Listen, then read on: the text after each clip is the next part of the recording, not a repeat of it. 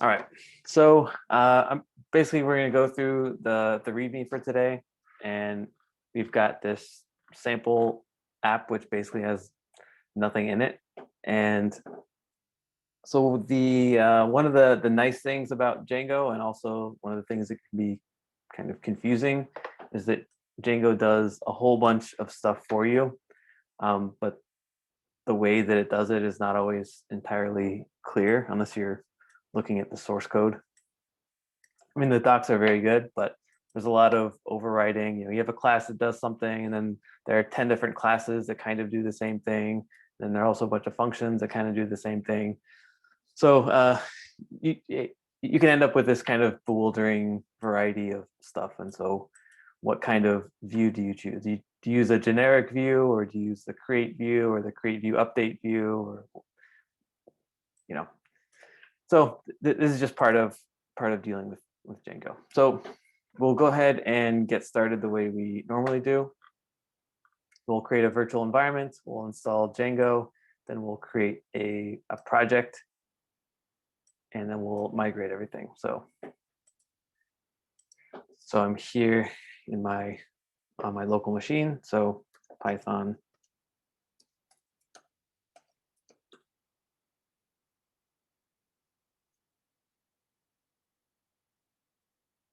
and I'll activate it.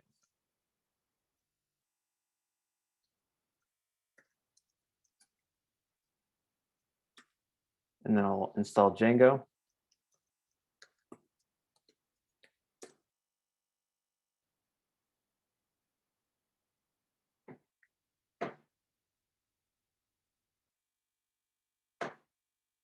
Okay, and once I do that, then I'll get access to the Django admin. So Django admin start project, my project.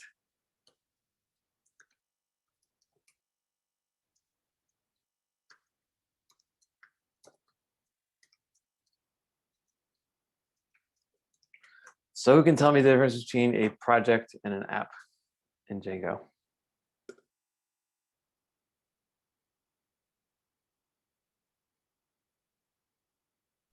An app is something within a project. You can have multiple apps, but they'll all belong to one project. Yeah, exactly. So it's just a smaller unit. How you divide that up. Obviously there's some subjectivity there, but yeah. So an app is a component part of a project. Typically, I mean, for what we've been doing, we only really gonna have one app, but you can certainly have more.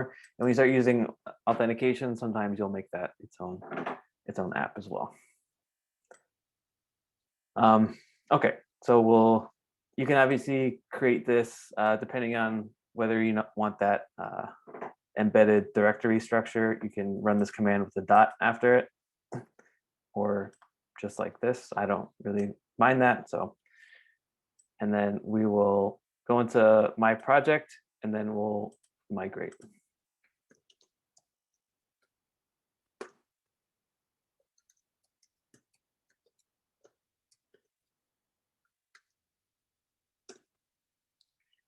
So this is all of the default stuff that Django has, and we can take a look in the settings.py. So we'll be looking more at the settings.py today. You can not steal my secret key. By the way, I made like a quick project for something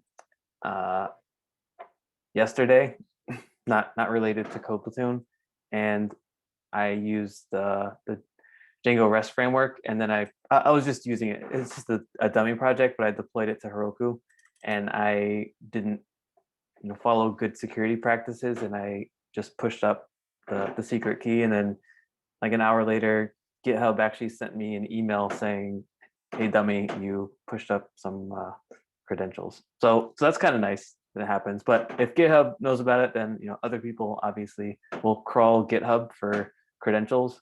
So in this case, it doesn't really matter because I'm not using it for anything. But it's a good habit to get into, putting this, at least in an environment variable or something like that when you actually go to deploy it.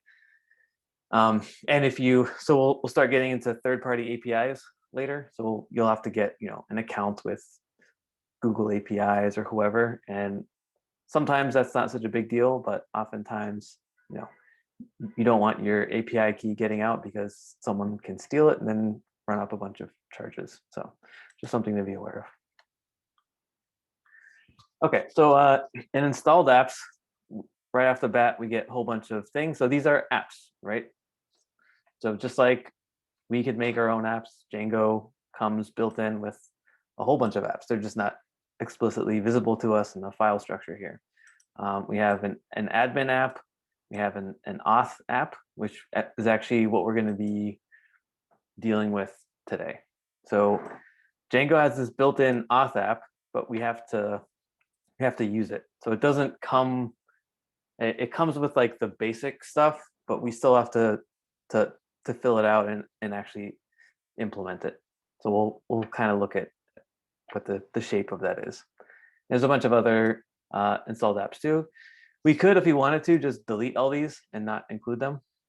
But you would want to have a good reason for doing that. So you'll basically not want to touch these.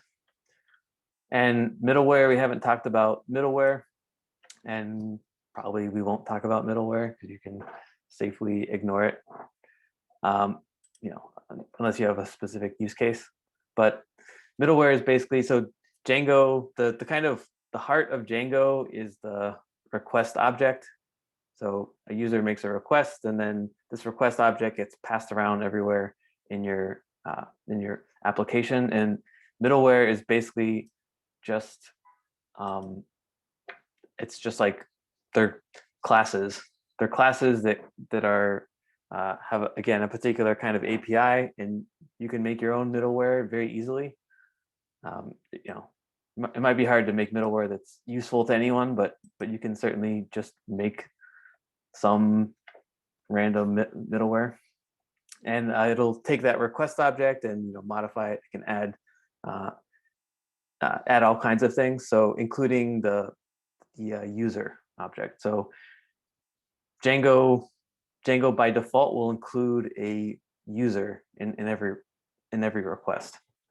So far we haven't really talked about it, but there have been users or a user in your application. It's just been an anonymous user. So if you're not logged in according to Django, then you're an anonymous user. But there's still a user associated with every request, as long as you have this middleware. And then templates, we'll end up looking at this a little bit. But this is basically just telling Django, again, you're probably not going to want to touch this, but I think Django allows you to use Jinja 2. I don't know exactly how Django templates work, but it's some modification of Jinja 2. But you can, have your own if you want to customize that. This is for deployment. And then the database, which is by default, as we know, SQLite 3. We typically use Postgres, but I'm just going to leave this like here for now. So in terms of deployments, I'm just giving you like a general overview of the settings.file. So when you deploy like to Heroku or other places, you probably won't be able to use a SQLite database. So you'll end up having to use Postgres when you actually deploy. And then password validators. So we'll be creating users, and users have to have passwords. This is some default stuff that Django will do, making sure that, for example, that the password isn't too similar to the username, that it's just, a minimum length. It's not, password and things like that. So you can disable these. You can add more. This is all customizable. So the settings.py, 90% of it you never really need to change, but you can change it. So don't think of this as sacred. It's just configuration, and you can change it as you like. You can also just experiment. It's okay to, it's okay to blow things up. All right. So that's the settings.py. And we're going to be focusing mostly on this authentication installed app. Okay, so how do we use this mysterious Django authentication app that we have? Well, we'll put it in our routes, so in the URLs.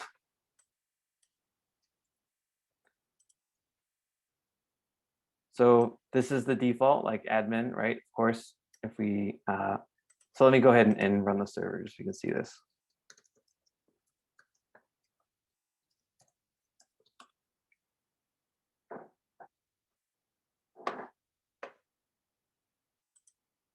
All right.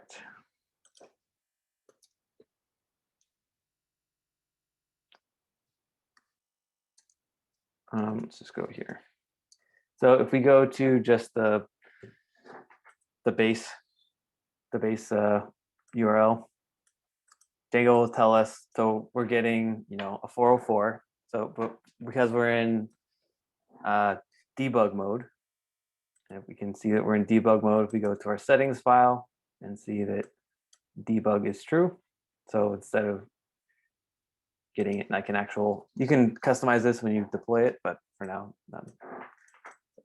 this is just part of the built-in stuff for Django. So we can see that we have these two routes. We have admin, which comes by default, and we have this accounts route that we have just added ourselves. So we can go to,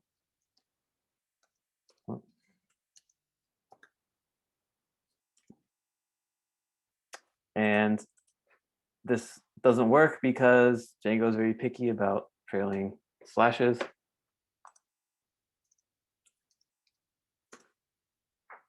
So we go to the accounts, which maps on to what we just added in our URL. So I'll switch back. So that's this.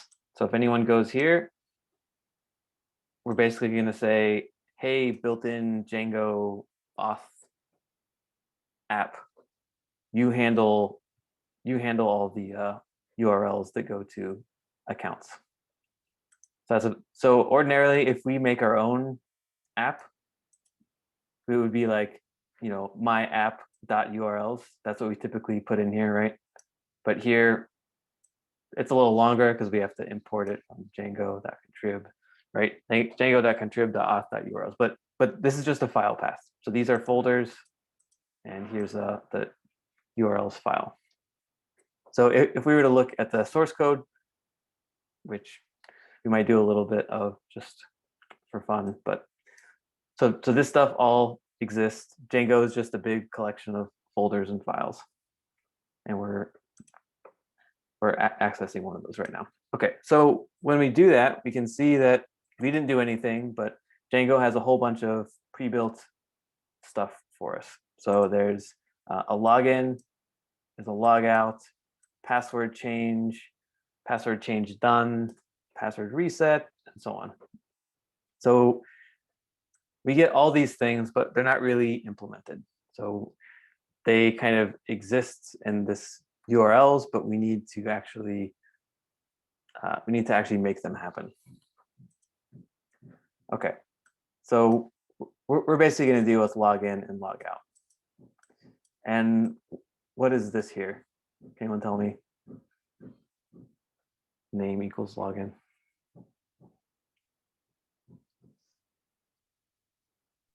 It's just the parameter you're passing in from probably the auth library that we're using. Okay, so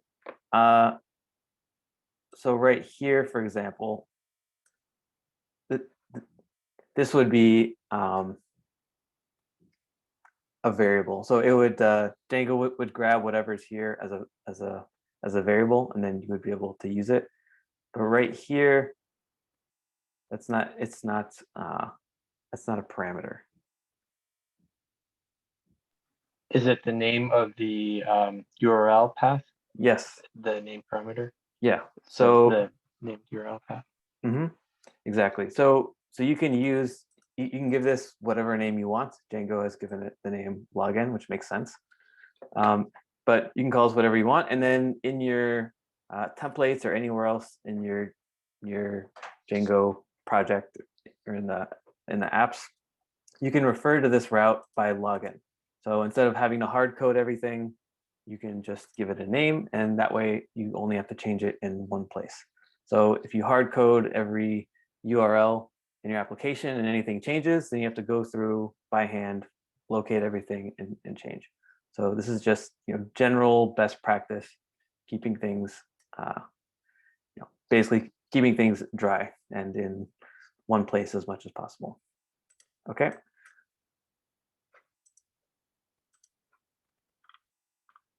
And this just describes all that. Okay, so we have this application, this authentication application that Django gives us built in by default, and we can see that once we route it correctly, we say if someone goes to this route, and this name is arbitrary. We can choose whatever we want here, right? This is not arbitrary. We have to use this, but this we can call it whatever we want. Okay, so now that we have a route, we're referring some portion of our traffic to this built-in authentication apps URLs. Once we do that, that URL is going to need it's going to need a view, and it's going to need to render something. So we're going to have to implement those. So this is a little bit, so the way that this tutorial here works is we're going to be putting everything at the project level, so at the root of our project, so not within an app. But you could put all of this within an app, depending on what you do here, which we'll see in a second. So again, everything in Django is very configurable. So where you put it, either in the project or the app, determines where you can use it. So in this case, if we put it at the project level, we could use it in any app that we would make subsequently to this, or is that not the case? You could put it all in the app and still use it everywhere. You just need to tell Django where it is. Gotcha. But depending on how you design it, it may make sense to put it kind of at the root project level, or more likely that you would want to have your own a separate app that dealt with logging in and users and stuff like that. All right, so what we're going to do here is we're going to create a templates registration login.html. So in our root right here, we're going to go templates, and then registration.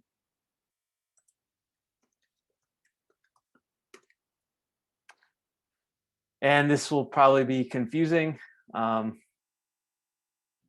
This is part of the magic of Django and other frameworks, and just frankly, just any like actual code base that you work with there's a lot of files and folders. So putting things in the right place is important. So if you make that mistake, just something to be mindful of. And I may have put it in the wrong place now. We'll find out soon. So I'll paste this into the login.html. So we'll talk about what all this stuff is doing in a sec. Okay, so here we're gonna have to go into our settings, and we're gonna modify this DIRs. So by default, this is empty. So we go into our settings, and we go into templates. You can see that this DIRs here is empty by default. And we can paste this in. So base dir, this is another constant that's defined in the settings.py. So you don't need to mess with this, but we can use this and then say whatever the base dir is, go to /templates. So that's where you should look for that's where you should look for templates. Okay. And then we'll talk about this in a sec, but so this login redirect URL, this is just part of how it handles. So how Django handles it. So by default, when you log in, Django will redirect you somewhere. That's typical for a post request. You make a post request and then you get redirected. That's partly for security reasons. So login redirect URL. This is just another constant. Again, we're just telling basically now the whole project knows about this variable, and if anywhere in our application, this is going to be used under the hood, but it'll know that we'll go to the base of our application here. But just foreshadowing a little bit, we're hard coding a URL, which is almost always a bad idea. So we might come back to that and modify that. Okay, just a warning for older versions of Django. Okay, so what we're going to do here is go to, we're going to add another route. We're going to add a home page. We'll go here.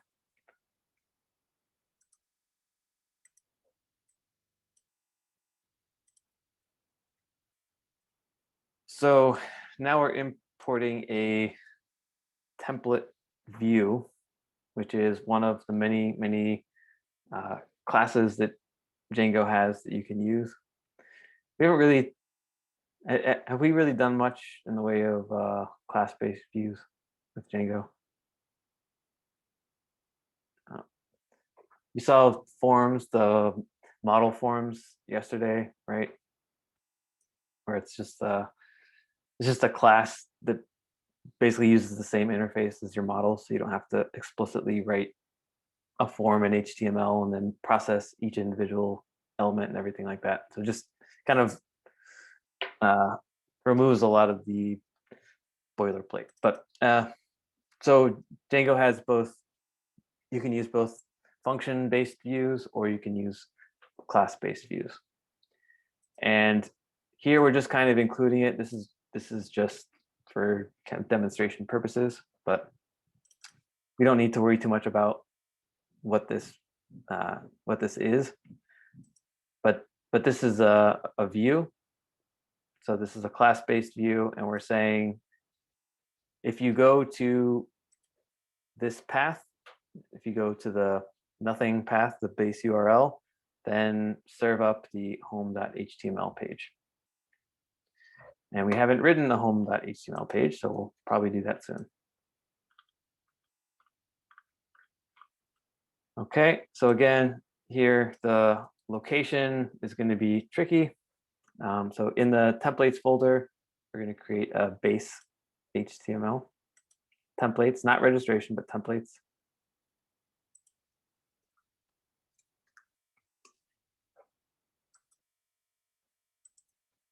So can anyone tell me what's happening here?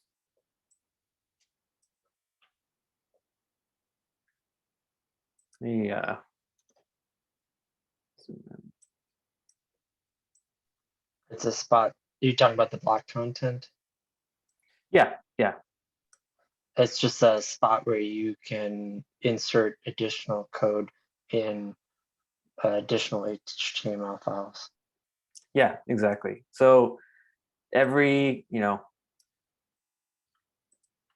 you can create, totally independent HTML files for every view that you have, and that would work fine, but you'd end up repeating yourself a whole bunch because things like, doc type HTML, is this going to be unique to a particular view? No, probably not.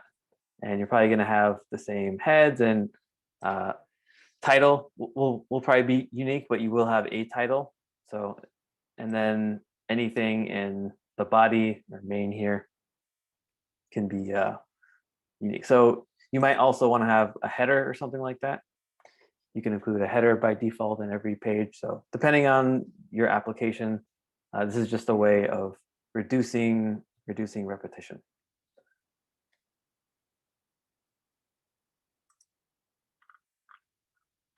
Okay, and we're going to add that home page.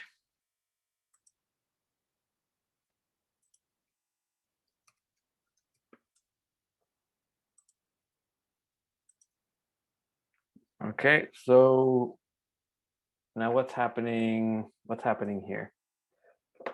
Someone hasn't spoken yet. It's referring just- back. Go ahead. You're just using the base HTML and injecting the block content from home.html into that base HTML. Okay, this doesn't even look like HTML to me. Is this HTML? No, it's Python's way of writing like HTML or Django, excuse me. Yeah, so this is, I think, based probably almost entirely on Jinja's templating system. But yeah, so this is a way to dynamically generate HTML. So in the end, when this page gets served up to an end user, the end user is not going to know anything about this.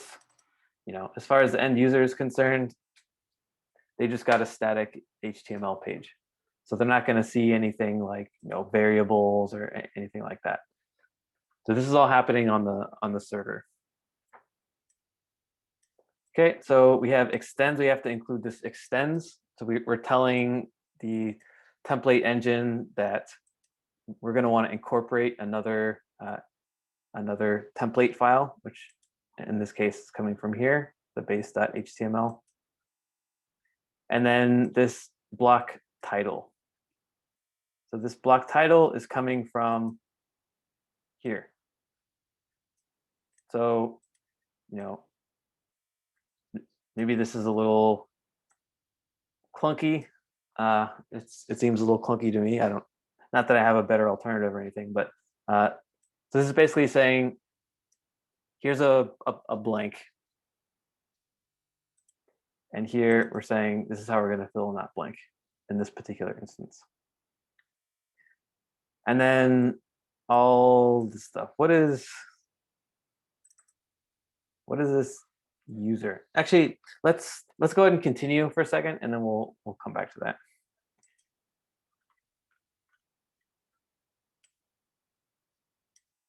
Okay, so we'll go into our registration and add the login.html, which is right here.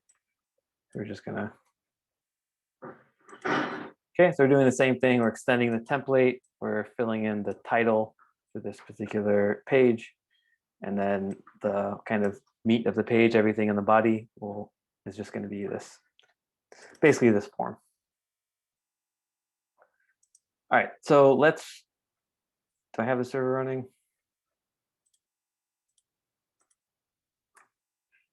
Let's go to login. And we have a login page. Let's go to the home. Is there a question?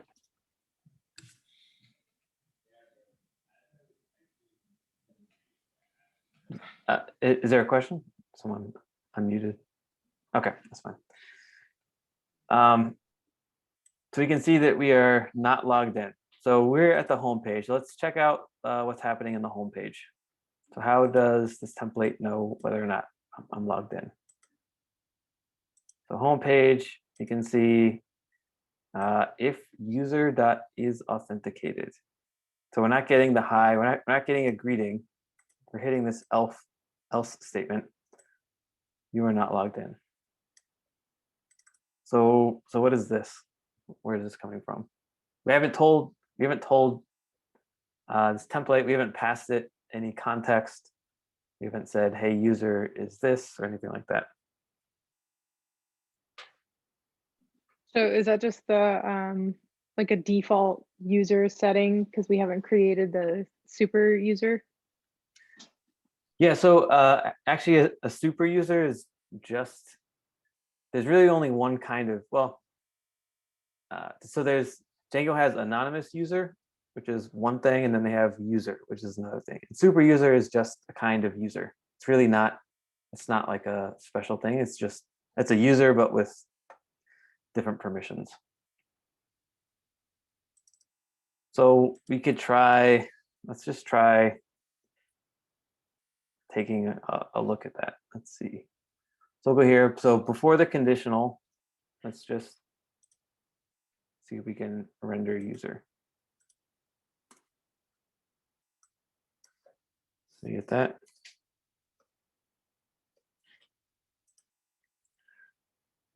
So again, I didn't do anything here. This is just something that Django does, and this is handled in the middleware. You don't really need to know the details, but just for context. So we have this authentication app that we're dealing with, and then we have middleware. So there's authentication middleware, which is going to deal with users and permissions, basically just, and then there's also session middleware, which is going to kind of keep track of, it's like keeping track of state. So things like cookies and stuff like that.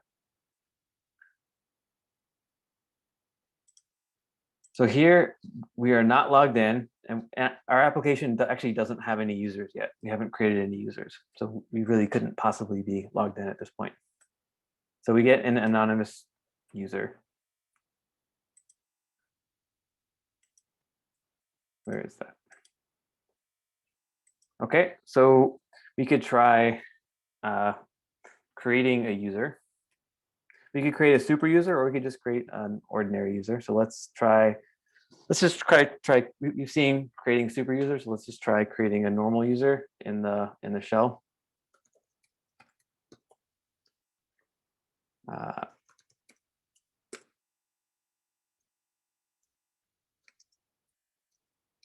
We're gonna have to import. I don't remember that import, so.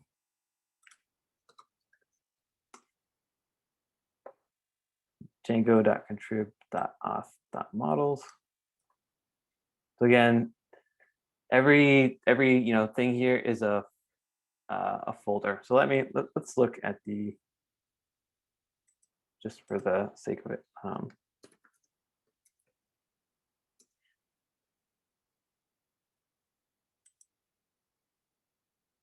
So here's the source code for Django, which you can look at. You can also look at it inside your virtual environment because you've downloaded it.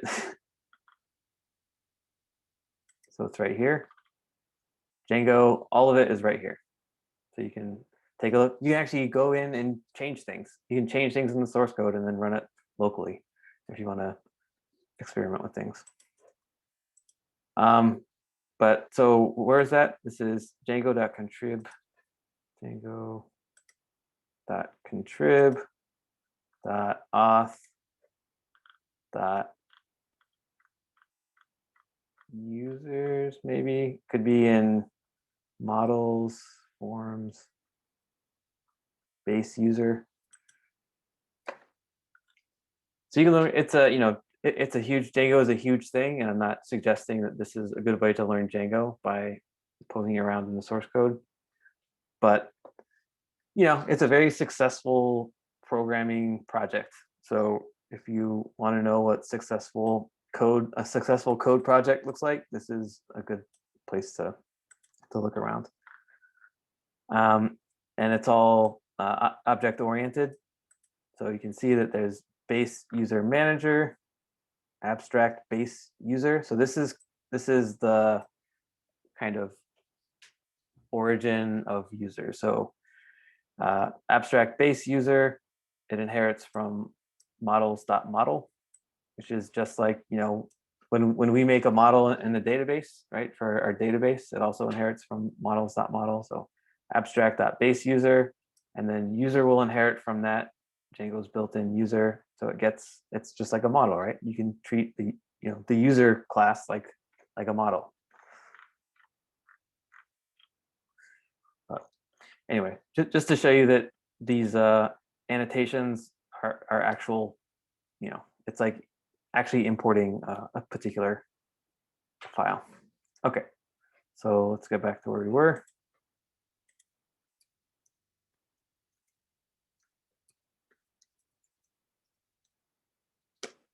Okay, so now we have access to this, Django's built-in user. So let's create a user.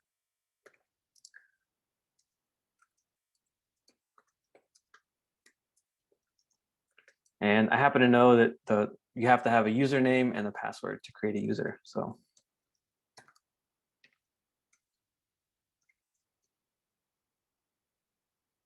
let's do.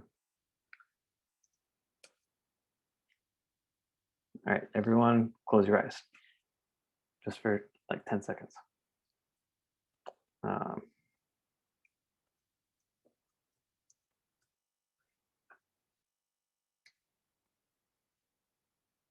I will definitely forget that. It's not like that's not going to be uploaded to YouTube.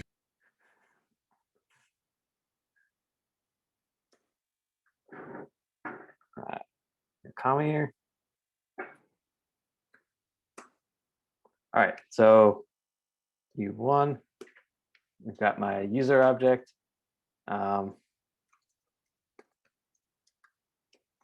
Do a query, get all of my user objects. So I have one user right there.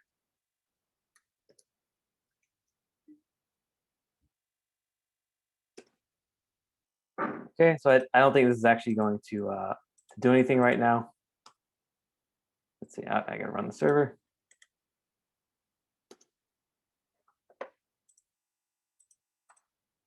Right, so I'm still an anonymous user. I've created a user now, so we're gonna have to figure out a way to tell Django that I am that user.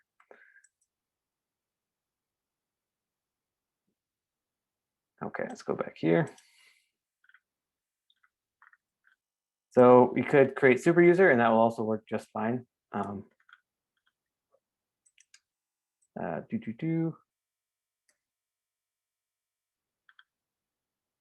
yeah, let's go to, sorry, /account/login. So now we should be able to log in.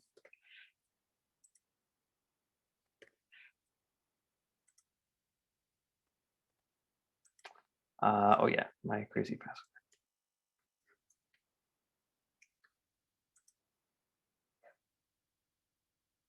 Okay, so it doesn't like that. So it's possible that so ordinarily if you use this on a form, that your password will run through the validators. So my password may not be correct. So I'm going to try disabling these validators real quick. We'll see if that helps.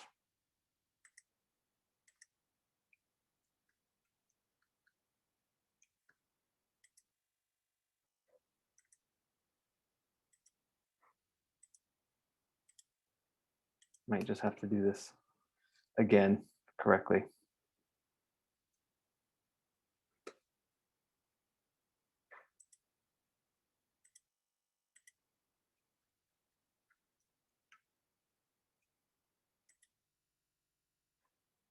Let me copy that.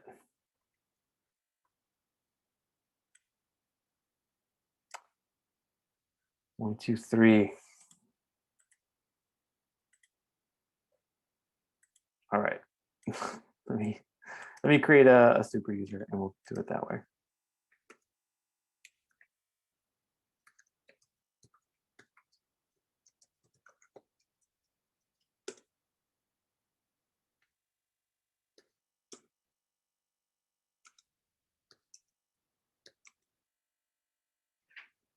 Okay. So let's see if I can log in with.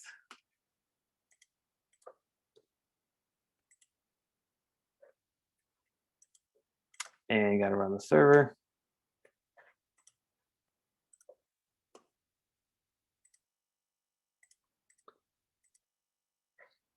Okay. Not sure why my other user wasn't working, but so now I'm logged in as the super user, and super user is just a user with extra permissions. So notice when I, where am I now?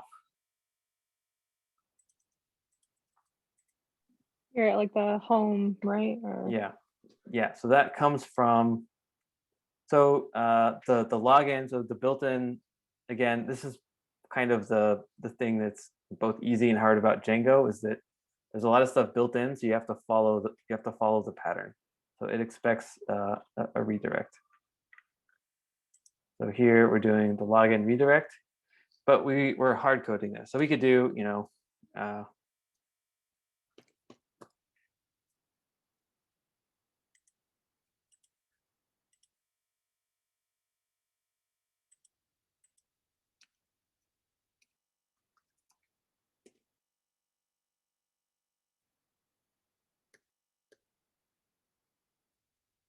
so it tried to send me to this garbage, which doesn't exist.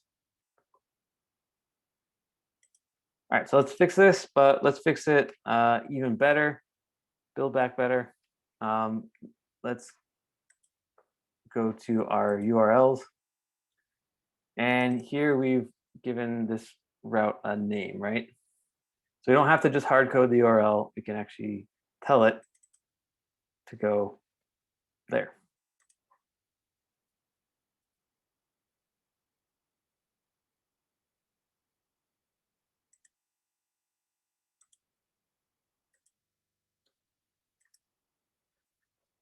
So that works just like the slash. You can actually also call the view directly. So there's basically 3 ways of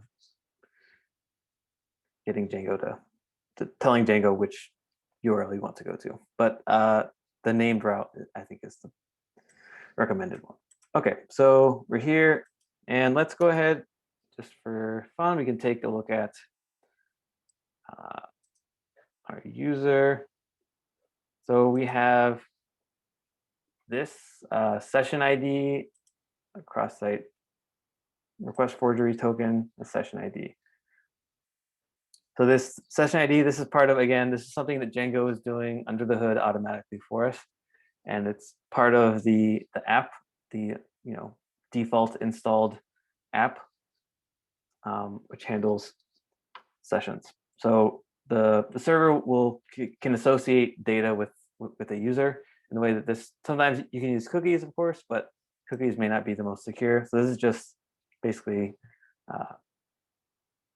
a key that's saved in the database. So the database can know about user data, but the user just sends this key, which doesn't mean anything if someone intercepts it. If I log out, that cookie goes away.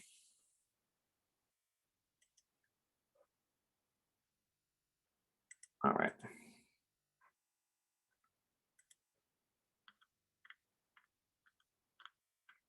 Okay, so now we're going to create an app called Accounts, and that's going to handle some more of this user stuff. Start app accounts.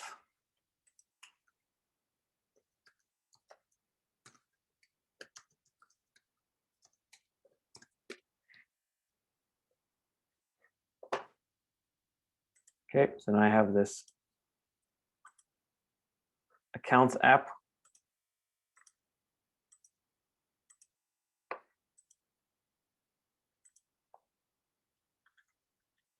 We'll register it just like all of the other built-in apps. Go to the settings. And there's a few ways to do this. You could do something like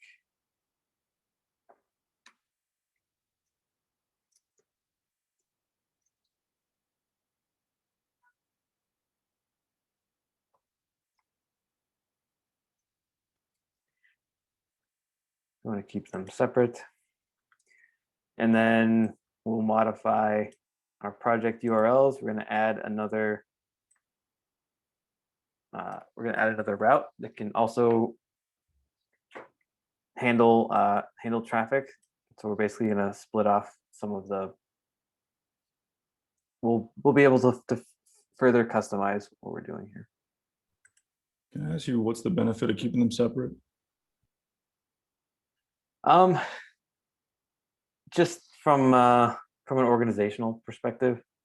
So you could, just like anything else, you could have an entire program that's just one giant function, or in Django, you don't even need apps technically. You could just do everything at the project level.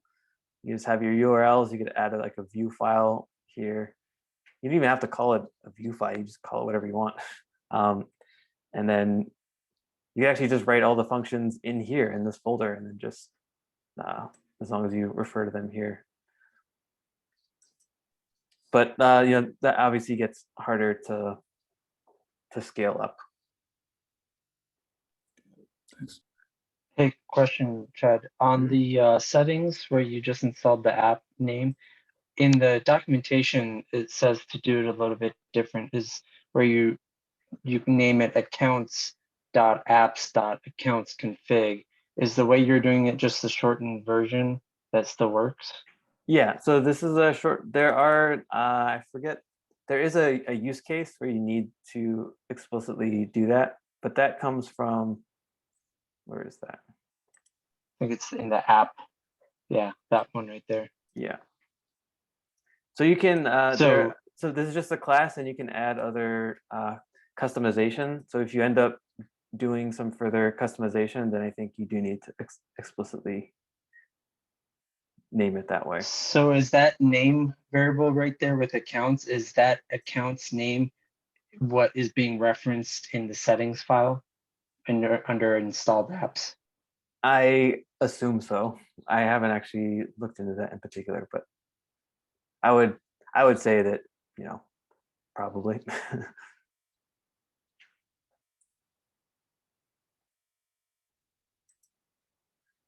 But yeah, so you can refer to this, or you can give it the full name. All right. So, oh yeah, my project URLs. Did we change that yet? No.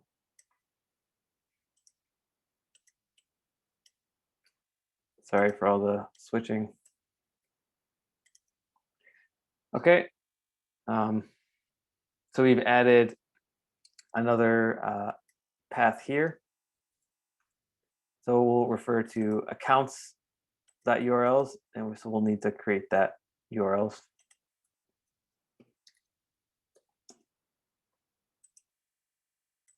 Okay, we'll paste this in.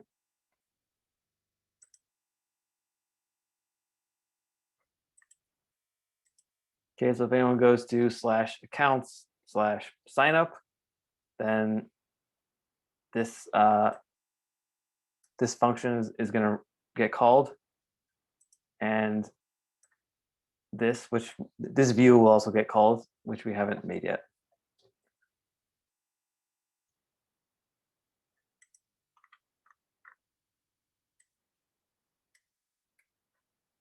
So adding this. So question on that.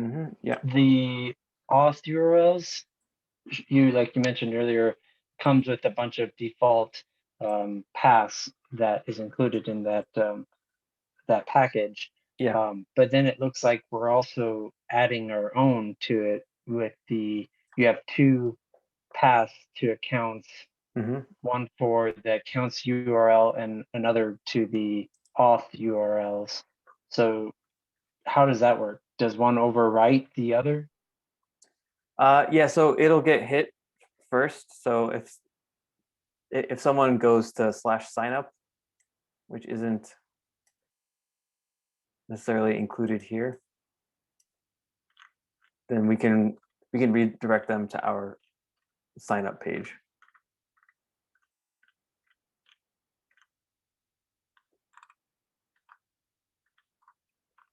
So this sign up page, so again, there's a lot of built-in stuff. So there's just certain expectations for what's going to happen when you create a new user. You're going to need, every user has the built-in user in Django has basically, you need a username, and you need a password. And I think those are the only two things that you need. And there's a couple other things that you can have.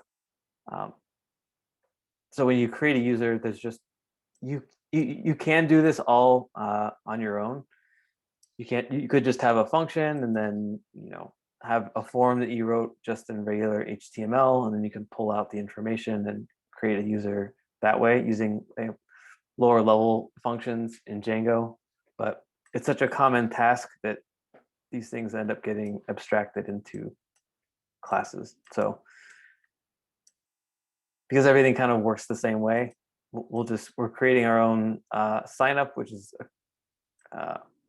inheriting from this generic.create view. So there's a whole bunch of different kinds of views that all kind of do the same thing. If you look at the source code, you can see how similar they are. And we're importing this form. This is a success URL after you log in, and the template that we'll end up serving up.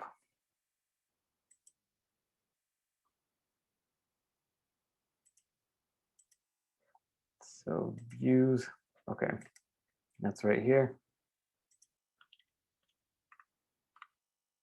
Sign up.html, templates registration, sign up.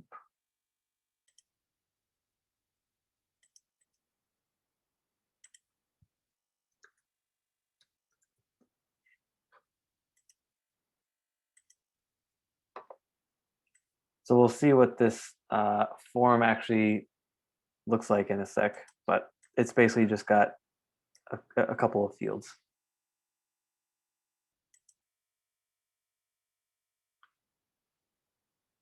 Okay, so our server running.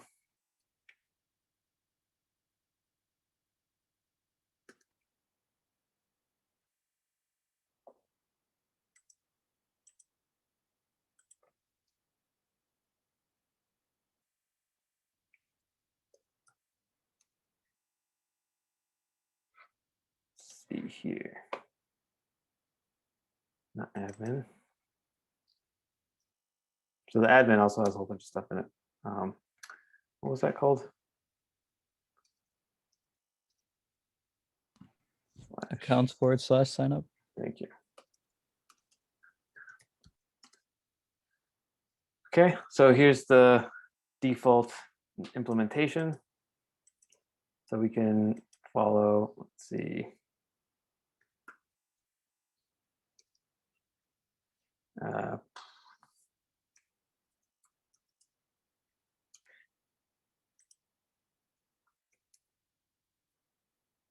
think I turned off all the verification, so I can try signing up now.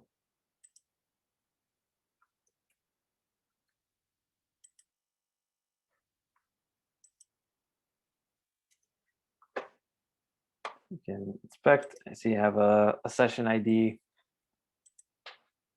And if I go into the shell, I could do this in the admin terminal, which is probably the more sensible thing, but without setting that up.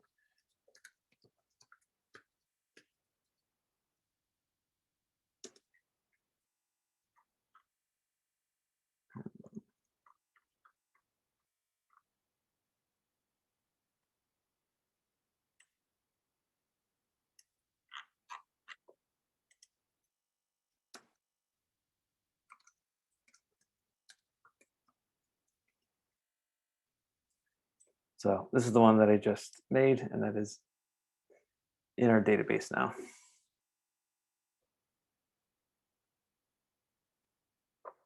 So if I go to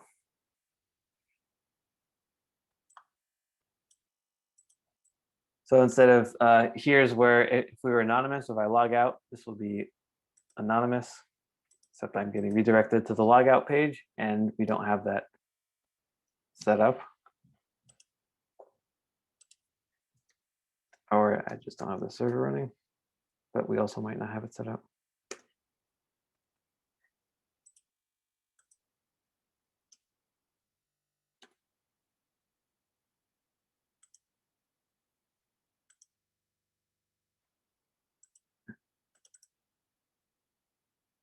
And we're back to being anonymous user.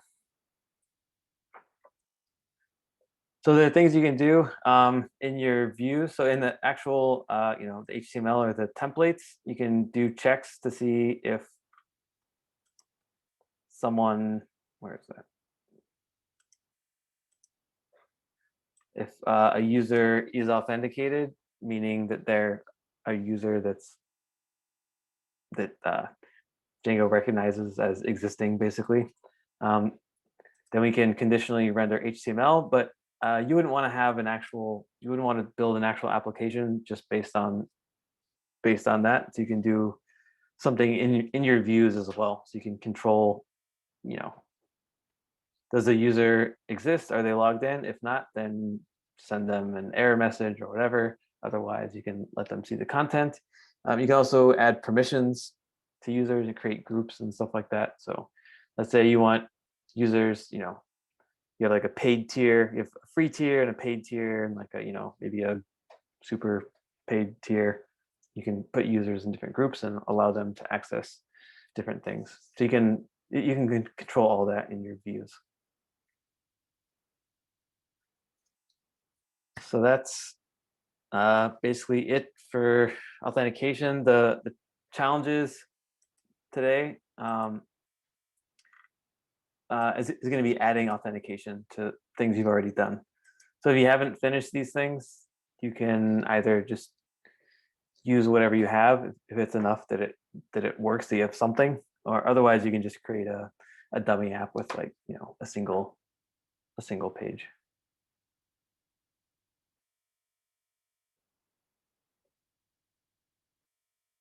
Any questions?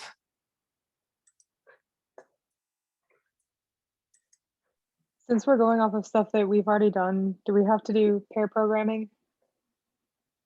Oh, good question. Well, yeah, Tom didn't send out pair, so I guess today will not be a pair programming day. If you're welcome if you want to arrange to pair off amongst yourselves, that's fine. But yeah. We had enough pair programming from earlier. Oh, that's right. Yeah, you guys already did. You got your pair programming in for today.